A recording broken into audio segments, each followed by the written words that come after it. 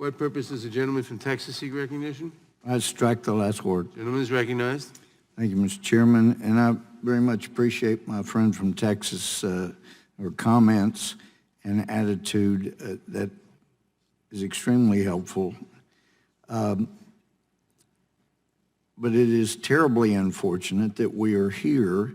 It is consistent with taking up a bill that is extremely one-sided, extremely political, and ignores and diminishes and demeans the violence against people who happen to be what people now call conservative, at one time would be considered middle of the road.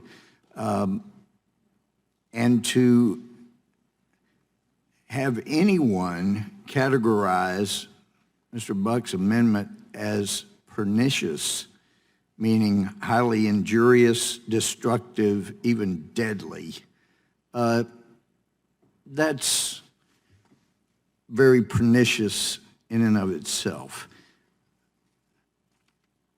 We ought to be working judiciously on the Judiciary Committee to help bring America together. But one of the things that helps divide America is when Congress takes such incredibly one-sided approach and ignores and diminishes and demeans the injuries to another major part of America. It further divides America. And I know this committee has spent a lot of time in the last year plus talking about Russia and the Russian efforts. Look, make no mistake, leaders of Russia would love to see America fall, especially Putin. He deeply regrets the loss of the Soviet Empire. He blames America and would love to see carrying out of what Khrushchev said would happen, that we would fall from within without them having to fire a shot. So the fact is, Russian leaders want America divided.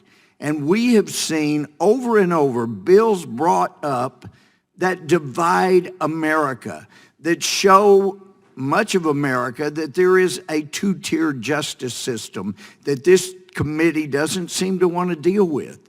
That if you are of one persuasion, you are above the law.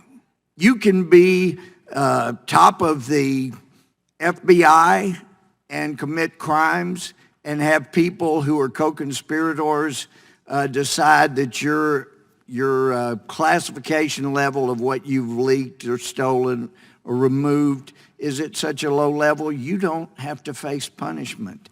I mean, it is incredible what we have seen in the way of two-tier justice, and it has divided America. So efforts to divide America like this bill does really play into exactly what Russian leaders want to see. They want us divided. This helps divide America. You would think the storied history of this committee, going back to greats like Daniel Webster, would cause us to say violence against anyone is inappropriate. Provoking words or provoking hats are not a defense to physical violence. We should be shouting from the rooftops. We should be using this committee to denounce violence against anyone and not demean those who are victims of violence from those on the left. Just not ignore that like we are doing in this bill. Mr. Buck's amendment helps address that. It helps this committee be more fair. And as the gentleman from Colorado points out, he's glad to amend that if there's offensive language, but let's don't forget that there continues to be violence against conservatives in this country. Now, I've had no problem as a judge sentencing people, sending them to prison, sentencing them to death, and it didn't matter who the victim was. It didn't matter what their race was. Violence was violence, and it needed to be punished. And that's the way this committee ought to be approaching violence, not taking a political one-sided stand and demeaning all the victims of people on the left.